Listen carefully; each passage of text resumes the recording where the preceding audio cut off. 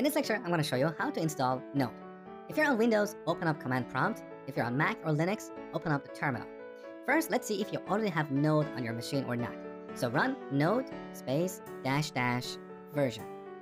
You can see on this machine, I'm running Node version 6.10.3. This is an earlier version of Node. The latest stable version is version 8.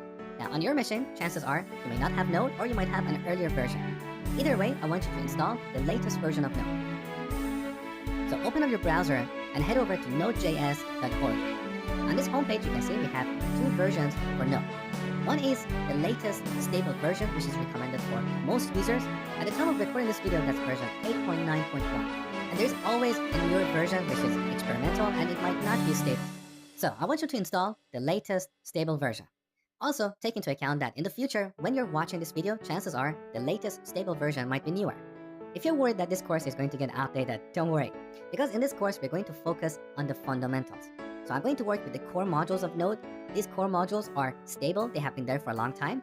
So the code that we're going to write in this course will continue to work with the future versions of Node. Once you master the fundamentals, you can always learn about the new features that come in every version by looking at the changelog. So let's not worry about the fancy new features in Node and focus on the fundamentals. So let's go ahead and install the latest stable version. You can see here I get the package. We run it, it's an installer. Take a look. Very simple. Just continue, install. We have to enter our password. And the installation is complete. It took only a few seconds.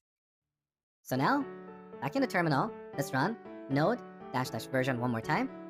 You can see I upgraded my Node to version 8.9.1. Next, we're going to build our first Node application.